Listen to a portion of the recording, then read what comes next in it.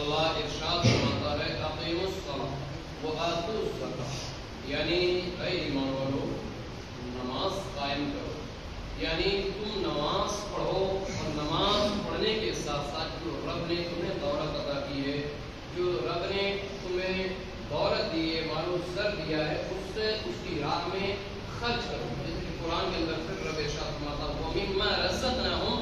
يُنْفِقُونَ، کہ ہم نے جو تمہیں رزق دیا ہے، ہم نے جو تمہیں مال و دولت دیا ہے، ہم نے جو تمہیں دولت عطا کی ہے، اس سے ہماری راہ میں خرچ کرو۔ اسی طرح نگرہ وقار، جب رب تعالیٰ نے ہمیں اور آپ کو یہ دولت عطا کری ہے، ہر ایک شخص جانتا ہے کہ رازق صرف اور صرف اللہ ہے، رازق صرف اور صرف اللہ ہے۔ اللہ کے علاوہ اس کائنات کے اندر کوئی بھی رازق نہیں ہے، صرف ایک ذات رازق وہ ہے رب کی، کہ جسے چاہے وہ رزق دے بھی سکتا ہے، جسے چاہے وہ رزق دے لے، اور جس سے چاہے اس سے رزق لے بھی سکتا ہے، جسے چاہے دے بھی دے اور جس سے چاہے لے بھی سکتا ہے۔ عزیزان میرے وقار، جیسا کہ آپ نے سنا ہوگا کہ قارون جو اپنے وقت کا بہت بڑا امیر زیادہ کہلانے لگا، قارون اپنے وقت کا بہت بڑا مالدار تھا، لیکن اس کی حقیقت کیا ہے، اس کا جو ماضی تھا وہ ماضی قارون کیا تھا، قرآن مقدس کے اندر اس کا ذکر پورا ملتا ہے، اور اس کا ذکر یہ ہے کہ قارون ایک بہت بڑا مفلس انسان تھا، قارون ایک بہت بڑا غریب انسان تھا، قارون ایک بہت بڑا نادر انسان تھا۔ یہ سمجھ لیجیے کہ اس کی غریبی کو دیکھ کر، اس کی مفلسی کو دیکھ کر، اس کی تنگی کو دیکھ کر حضرت موسیٰ علیہ نبی علیہ السلام نے اللہ کی بارگاہ میں دعا کی، اور دعا سے پہلے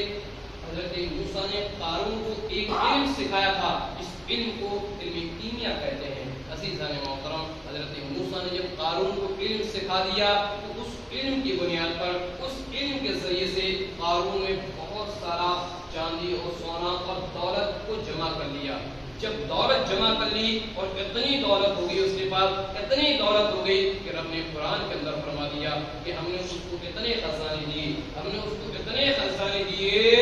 کہ اس کی کنجیاں، کنجی بولتے ہیں چابی کو، کہ اس کی کنجیاں اتنی ہو گئیں کہ ایک جماعت بھی اس کنجیوں پر نہیں اٹھا سکتی۔ عزیزان، اتنے خزانے، اتنی چابیاں ہوں گی، جماعت کا مطلب یہ سمجھ لیجیے اگر 3 آدمیوں سے کم تو ایسے بھی نہیں ہوں گے، 3 آدمیوں سے ایسے بھی کم نہیں ہوں، چاہے زائد چاہے جتنے بھی ہوں، اتنی کنجیاں والی، اتنے خزانے، لیکن عزیزان گرامی وقار، اس سے لوگوں نے کہا تھا کہ اللہ کی راہ میں زکات دے، اس سے لوگوں نے کہا تھا کہ اپنے جس رزق کو، جس دولت کو اللہ نے تجھے عطا کی، اس سے اس کی راہ میں خرچ کر، اور اپنے آپ کو انسان سمجھ، اپنے آپ کو اور کچھ آگے بڑھ کے مت سمجھ۔ وَأَحْسِن، قرآن کے اندر اللہ ارشاد فرماتا ہے وَأَحْسِن كَمَا أَحْسَنَ اللَّهُ إِلَيْكَ، اے قارون تو لوگوں پر احسان کر، قارون تو لوگوں کے ساتھ احسان کر جس طریقے سے اللہ نے تیرے ساتھ احسان کیا ہے۔ عزیزان محترم، اس نے کیا جواب دیا؟ ارے میں زکات کیسے نکال سکتا ہوں؟ یہ زکات مجھے کسی اور نے نہیں دی ہے، یہ تو مجھے علم نے دی ہے،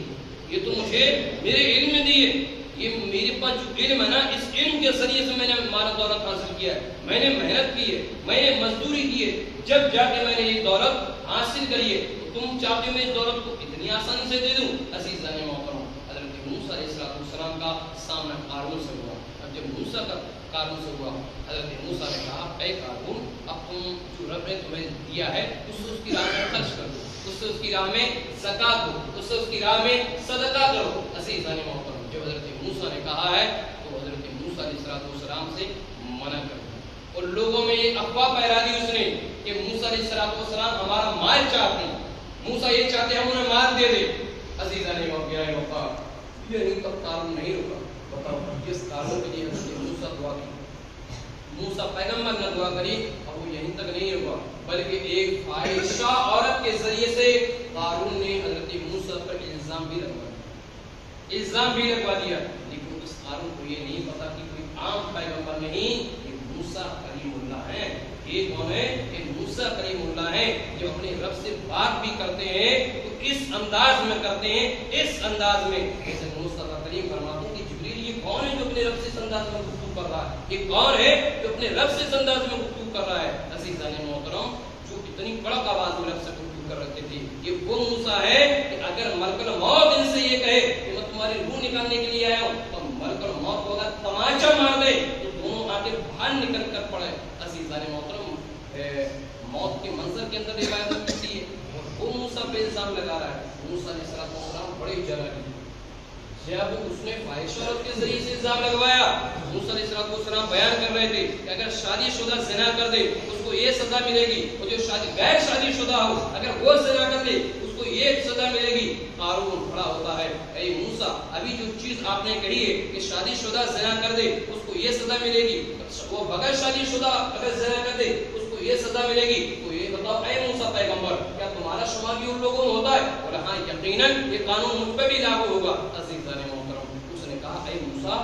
عورت کہتی تم نے اس کے ساتھ زنا کیا ہے۔ حضرت موسیٰ نے یہ کہا اس عورت کو پیش کی جائے۔ جب عورت پیش کی گئی، عورت نے کہا ہاں موسیٰ نے میرے ساتھ زنا کیا ہے۔ عزیزان گرامی وقار، پورے مجمع کے اندر ایک سناٹا چھا گیا کہ موسیٰ جیسا پیغمبر زنا کیسے کر سکتا ہے۔ عزیزان محترم، حضرت موسیٰ نے کہا تھا کہ اے عورت، کیا میں نے تمہارے ساتھ زنا کیا ہے؟ کیا تمہارے ساتھ میں نے زنا کیا ہے؟ تاریخ کہتی حضرت موسیٰ نے جب سوال اس سے کیا ہے، وہ عورت لرزنے لگی، عورت کانپنے لگی، تھر تھرانے لگی، کہتی اے موسیٰ پیغمبر، نہیں، آپ نے میرے ساتھ کوئی زنا نہیں کیا ہے، آپ نے میرے ساتھ زنا کا کوئی ارتکاب نہیں کیا ہے، بلکہ مال و دولت کی بنیاد پر میں اندھی ہو گئی تھی، قارون نے مجھے مال و دولت کا لالچ دیا تھا، اس لیے میں نے یہ کہہ دیا۔ عزیزان گرامی وقار، جب عورت کی زبان سے موسیٰ کلیم اللہ نے اور تمام لوگوں نے اتنا سنا ہے، موسیٰ اتنے جلال مانگے، اتنے جلال مانگے، زمین کو حکم دیتے ہیں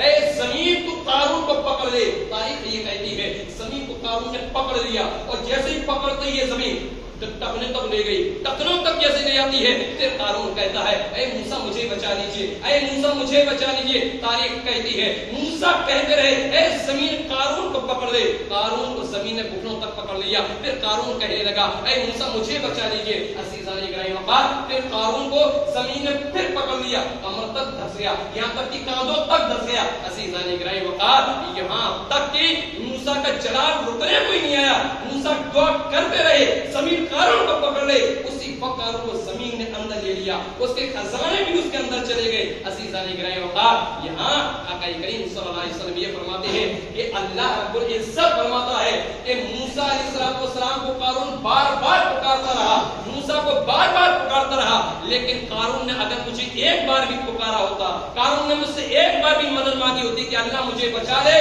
تو یقیناً میں اسے بچا لیتا، یقیناً میں اسے بچا لیتا، لیکن اس نے ایک بار بھی مجھ سے نہیں کیا۔ اب وہ دعا تو اس لیے نہیں کی کہ اس کو توفیق ہی نہیں ملی تھی۔ عزیزان گرامی وقار، یہاں سے ہمیں کیا پتا چلا؟ اس سے ہم نے کیا سیکھا؟ اس سے ہم نے یہ سیکھا کہ جو رب نے رزق دیا ہے، جو اللہ نے دولت دی ہے، اس کو اسی کی راہ میں خرچ بھی کرو، اس کی راہ میں خرچ بھی کرو۔ اللہ کی راہ میں دینے سے کبھی دولت کم نہیں ہوتی، بلکہ ہمیشہ اس میں اضافہ ہوا کرتا ہے۔